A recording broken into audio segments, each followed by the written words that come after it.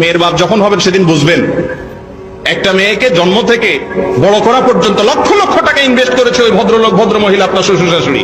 আজ তো মেয়েটা উঠাই দিছে আপনার কাছে, সারা পড়ালেখা করেছে মেয়ের বাপে, সার্ভিসটা নিবে কে? কথা বলেন।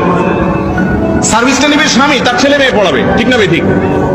সুস্থ রাখছে তার বাপ মায়, আল্লাহ করাইছে, ওনারা ট্রিটমেন্ট করাইছে, কিন্তু ভোগ করবে কে? স্বামী। এই মেয়েকে বড় করতে যা লাগছে, উচিত হলো সব টাকা ক্যাশ ক্যাপিটাল হিসাব করে শ্বশুর মেয়েকে বলা যে শ্বশুর মশাই কত লাগছে এই মেয়েকে এই পর্যন্ত আনতে, হিসাব করে ফিগারটা বলেন, সব দিয়া তারপরে সসম্মানে আনা দরকার ছিল। বেহায়া দেয় তো না, বাসরাতে মহারানা মাপছে এনে উল্টারও যৌতুক চা। আল্লাহ তাআলা আমাদেরকে হেদায়েত দান করুন। মেয়ের বাপ যখন হবেন সেদিন বুঝবেন একটা মেয়েকে জন্ম থেকে বড় করা পর্যন্ত লক্ষ লক্ষ টাকা ইনভেস্ট করেছে ওই ভদ্রলোক ভদ্র মহিলা আপনার শ্বশুর শাশুড়ি। আজ তো মেয়েটা উঠাই দিছে আপনার কাছে,